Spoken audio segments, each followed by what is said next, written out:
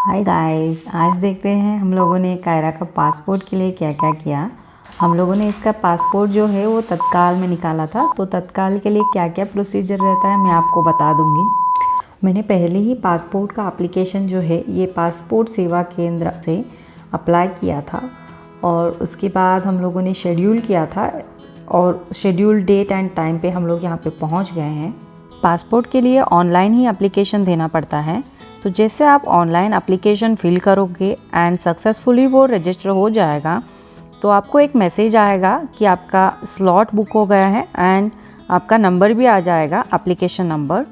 तो उसी मैसेज को आप दिखा के एंटर कर सकते हैं।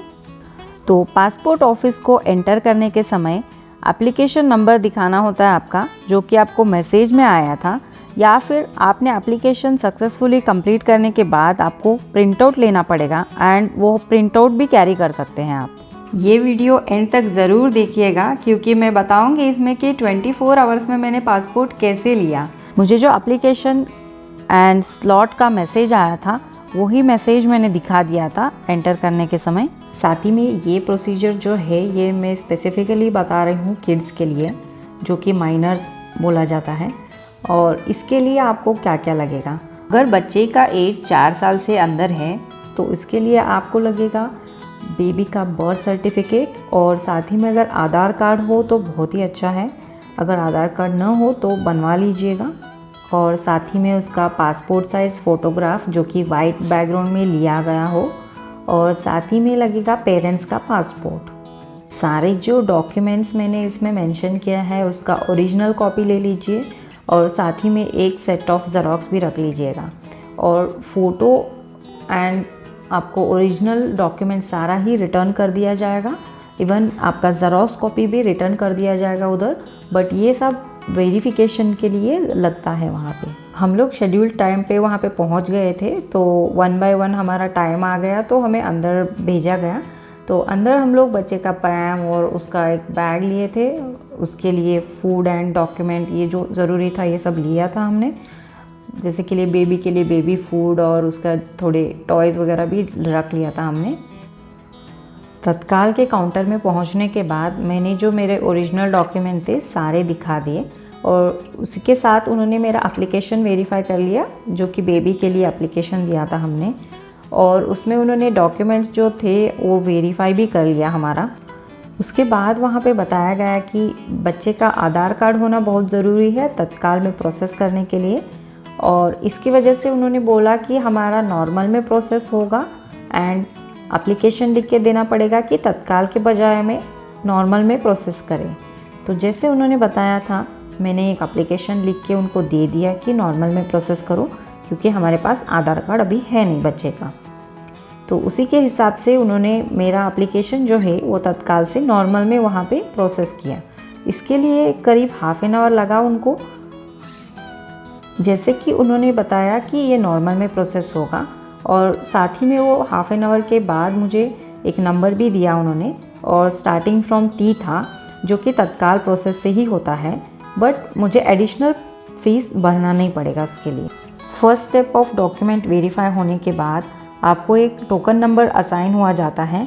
अगर आपका एप्लीकेशन नॉर्मल है तो आपका एन सीरीज़ से शुरू होता है, अगर तत्काल से एप्लीकेशन गया है तो टी सीरीज़ से नंबर मिला जाता है, और अगर यहाँ पे अगर सीनियर सिटीज़न का एप्लीकेशन है तो उसको एस सीरीज़ से नंबर दिया जाता है। जैसे कि मैंने आपको पहले ही बताया था कि मेरा ऑनलाइन एप्लीकेशन जो है वो तत्काल का था, तो इसीलिए मुझे यहाँ पे टोकन नंबर जो मिला वो टी सीरीज़ का ही था। जैसे हमें तत्काल काउंटर से टोकन नंबर दिया गया और बोला गया कि ए काउंटर में जाना है, वहाँ पे ए काउंटर में हम लोग पहुँच गए। ए काउंटर में करीब हमने 5 मिनट तक वेट किया और उसके बाद हमारा नंबर आ गया। तो हम लोगों को जैसे काउंटर असाइन हो गया, वहाँ पे अंदर पहुँचने के बाद हमारा सारा ओरिजिनल डॉक्यूमेंट वेरीफाई हो गया, और काउंटर ए पे मैंने 50 रुपीज़ पे करके मैसेज अपडेट के लिए सब्सक्राइब किया था। जैसे हम ए काउंटर में पहुँचे वहाँ पे हम लोगों का ऑनलाइन एप्लीकेशन जो है वो कंप्यूटर में मैडम ने डिस्प्ले करके दिखा दिया, और उसके बाद हम लोगों ने सारा हमारा स्पेलिंग्स एंड एड्रेस ये सारा वेरीफाई कर लिया। उसके बाद बच्चे का बर्थ सर्टिफिकेट पूछा गया और बच्चे का जो पासपोर्ट साइज फ़ोटो था वो पूछा गया। ये सारा चीज़ वो लोग स्कैन करके हमारे एप्लीकेशन को अटैच कर देते हैं। इसके साथ ही उन्होंने बच्चे का थंब इम्प्रेशन ले लिया, जो कि ब्लू इंक से होता है। एक पेपर में वो लोग थंब इम्प्रेशन लेते हैं और उसको भी वो लोग स्कैन करके सिस्टम में अपलोड कर लेते हैं अपना। काउंटर ए में हमें करीब 10 मिनट लगा, 5 मिनट का वेटिंग था और 5 मिनट में हमारा ये सारा प्रोसीजर ख़त्म हो गया। उसके बाद हम लोगों को बोला गया काउंटर बी में जाके वेट करें। काउंटर बी में जैसे हम पहुँचे, हमको बैठने के लिए भी कुछ टाइम नहीं मिला, वेटिंग का बिल्कुल टाइम नहीं था वहाँ पे।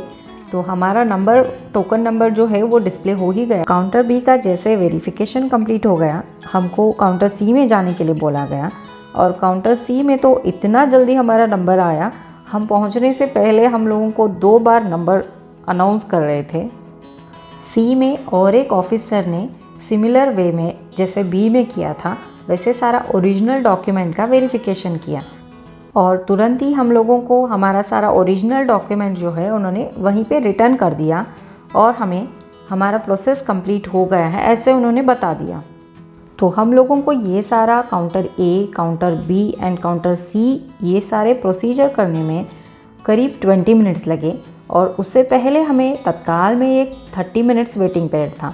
तो समझो विदिन 1 आवर हमारा पूरा ही प्रोसीजर ख़त्म भी हो गया।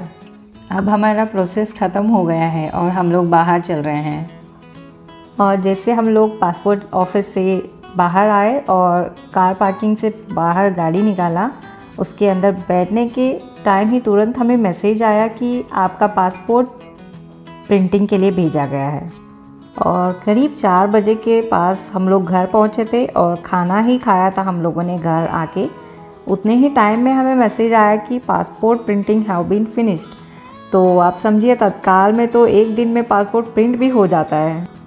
उसी दिन शाम को करीब 7:30 के आसपास में हमें और एक मैसेज आया जिसमें बोला था कि आपका पासपोर्ट डिस्पैच हो चुका है एंड स्पीड पोस्ट का ट्रैकिंग नंबर भी उसमें दिया गया था।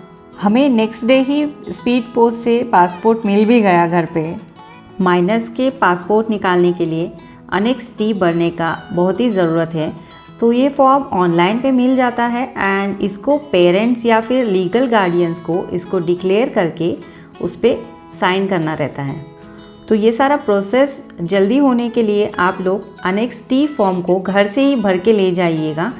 अगर आप नहीं ले पाते तो आपको उधर भी पासपोर्ट ऑफिस में मिल जाएगा। अगले वीडियो में फिर से मिलते हैं। तब तक के लिए आप लोग लाइक, शेयर एंड सब्सक्राइब कीजिए मेरे चैनल को। Thank you.